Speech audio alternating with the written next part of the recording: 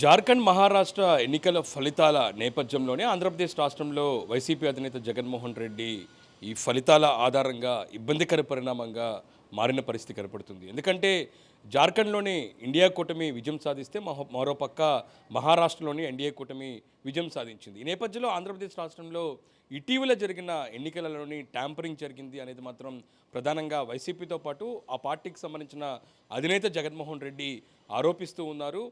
తాము గత 5 ఏళ్లలోని రాష్ట్ర ప్రభుత్వాన్ని తరపున పూర్తి స్థాయిలో నవరత్నాలు అమలు చేశాం. ప్రజలకు ఏ ప్రభుత్వం చేయని విధంగా పెద్ద ఎత్తున కూడా మంచి చేసిన పరిస్థితి ఉంది. అయినా సరే ఏదో జరిగింది, ట్యాంపరింగ్ జరిగింది అనేది మాత్రం ప్రధానంగా వైసీపీ అధినేత ఆరోపిస్తున్నారు.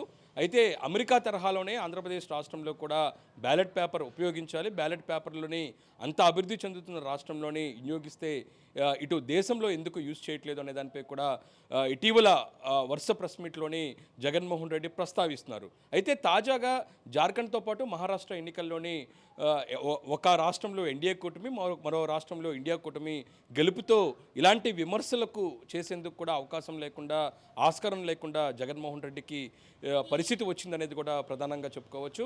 ఎందుకంటే అదే ట్యాంపరింగ్ జరిగితే ఎన్డీఏ కూటమి జార్ఖండ్లో కూడా గెలిచే అవకాశాలు ఉన్నాయి. అయితే ప్రజలు ఇచ్చిన తీర్పు ప్రకారం ఎన్డీఏ కూటమికి మహారాష్ట్రలోని అత్యధిక మెజారిటీతోని, భారీ సీట్లతోని పట్టం కడితే ప్రజలు అదే తరహాలోని జార్ఖండ్లో కూడా గతంలో ఉన్న అదే ప్రభుత్వానికి, ఇండియా కూటమికి పెద్ద ఎత్తున మెజారిటీతోని ప్రజలు గెలిపించారు.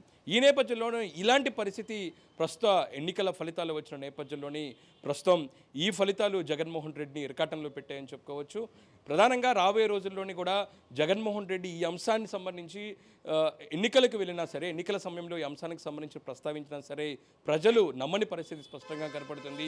ఒకవేళ జగన్మోహన్ రెడ్డి ఈ అంశానికి సంబంధించి ట్యాంపరింగ్ సంబంధించిన అంశానికి సంబంధించి మాట్లాడినా సరే ఈ మహారాష్ట్ర, దాంతోపాటు జార్ఖండ్ ఎన్నికల ఫలితాలను ఎగ్జాంపుల్గా కూటమి ఆంధ్రప్రదేశ్లోని టీడీపీ, జనసేన, బీజేపీ చెప్పే అవకాశం ఉన్నట్లుగా ప్రస్తుతం రాజకీయ వర్గాల్లో ఒక చర్చ మాత్రం కొనసాగుతున్న పరిస్థితి స్పష్టంగా కనపడుతుంది. ఎందుకంటే ఆంధ్రప్రదేశ్ రాష్ట్రంలో ఇటీవల ఎన్నికల్లోని కూటమి ప్రభుత్వం దాదాపు 164 సీట్లతోని అత్యధికంగా సీట్లను కైవసం చేసుకోవడం, పూర్తి స్థాయిలో స్వీప్ చేసిందని చెప్పుకోవచ్చు. అధికార వైఎస్ఆర్ కాంగ్రెస్ పార్టీ 11 సీట్లకే పరిమితమైన పరిస్థితి కనబడుతుంది. ఆ తర్వాత 40% వరకు కూడా ఓట్ షేర్ వచ్చినా సరే తమకు ఎందుకు సీట్లు రాలేదనే దానిపై కూడా వైసీపీ నేతలు విమర్శలు చేస్తూ ఉన్నారు. ఏదో జరిగిపోయింది, ప్రధానంగా ఈవీఎంలకు సంబంధించిన ట్యాంపరింగ్ జరిగింది, దానికి సంబంధించిన అంశంలో కూడా టెక్నికల్గా ఇబ్బందులు వచ్చినా సరే ఈసీ స్పందించట్లేదు అంటూ కూడా కోర్టులకు వెళ్ళిన పరిస్థితి స్పష్టంగా కనపడుతుంది. ఎందుకంటే ఇదే అంశానికి సంబంధించి పదే వైసీపీ నేతలు మాట్లాడుతున్న నేపథ్యంలోని తాజాగా ఈ మహారాష్ట్రకు సంబంధించిన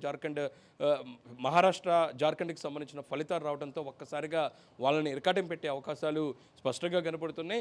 రెండు రాష్ట్రాల్లో కూడా ఎన్డీఏ అట్లాగే ఇండియా కూటమి రెండు కూటములు చెరొక రాష్ట్రంలోని ప్రభుత్వాన్ని ఏర్పాటు చేసే దిశగా కూడా మెజారిటీ వచ్చిన నేపథ్యంలోని ప్రస్తుతం దేశవ్యాప్తంగా ఈవీఎంలకు సంబంధించి విమర్శలు చేసే వారికి ఇది పెద్ద చంపబెట్టిగా చెప్పుకోవచ్చు. ఈ నేపథ్యంలో జగన్మోహన్ రెడ్డి ఈ అంశానికి సంబంధించి మాట్లాడితే ప్రజలు నమ్మే పరిస్థితి లేనట్లుగా ప్రస్తుతం రాజకీయ వర్గాల్లో ఒక చర్చ జరుగుతుంది. ఇంకా దాంతోపాటు కూటమికి కూడా ఇది అస్త్రంగా మారిందని స్పష్టంగా చెప్పుకోవచ్చు. ఎందుకంటే రాష్ట్రంలోని వైసీపీకి సంబంధించిన నేతలు ఎవరైనా సరే ఈ ట్యాంపరింగ్కి సంబంధించిన అంశానికి సంబంధించి లేవనెత్తితే ఖచ్చితంగా వాళ్ళకి సరైన సమాధానం చెప్పేందుకు కూడా కూటమి ప్రభుత్వానికి సంబంధించిన పార్టీలు రంగం సిద్ధం చేస్తున్నారు.